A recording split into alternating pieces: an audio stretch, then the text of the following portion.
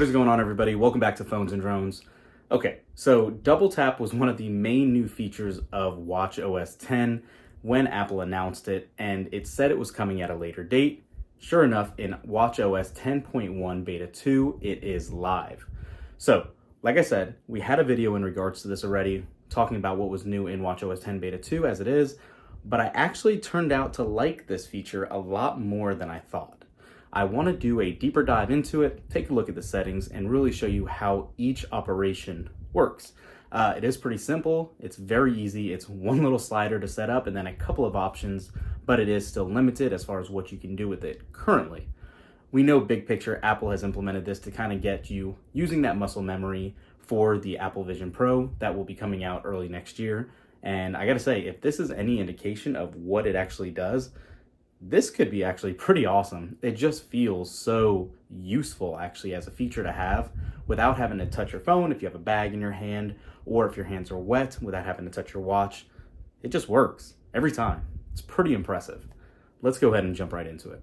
So the menu options aren't going to change whether you use the app on your iPhone or the settings on your watch. Just to make it easy, we're going to use the watch app here since it is easier to display. And if you scroll down, you will now see the gestures option. And when you select that, first thing you can see is double tap, and it is showing as on. When you click on it, you can see your options. Double tap, tap your index finger and thumb together twice to answer a call, reply to a message, see your smart stack, and more. So by default, these are the two options that come, and that's going to show you to play pause playback and smart stack to advance to the next item. You can change these to skip playbacks and select smart stack. And when you do this, and when this is active, I want to show you exactly what it actually does. So jumping right into the watch, let's go to a timer first. So we'll set a quick timer, say for a minute, and whenever you are ready to actually pause it if you need, or stop it, you can actually double tap like that, and you can see it registered, and now it has paused playback, or paused the timer, I should say. Again, we'll restart it, and it's really that easy. One of the things that I think a lot of people will utilize it for is Smart Stack alone. So if you're on your home screen, you double tap, you can see it pulls up the Smart Stack right there, and you can just keep scrolling through all the items as needed. Once you get to the bottom, it will cycle back to the top. The other thing you can do is actually if you're playing music, and as you can see here, it is paused. It's set to play off of the iPhone, but copyright reasons, we're not going to do it. If you double tap here, you can see it triggered to play. And again, you can pause it in the same way. So those are a couple of the new options here. One of the other things you can do is actually answer and end a call. So what I'm going to do is actually call myself. It will actually allow you to answer or end the call. So you can see it's ringing here. Double tap. And there you go. You can see it answered it. Tap it again to end. And it's that easy to actually utilize some of those new gestures.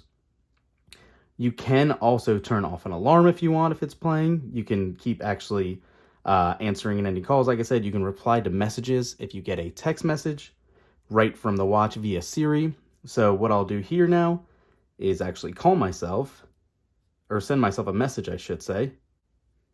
And I'll send that. So as you can see, I just got that message. If I am in it, I can actually double tap.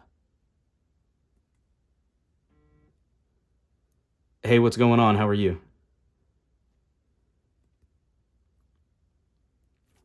And you can see it's sent just like that. No other need for another touch with another hand or anything like that. So, quite easy.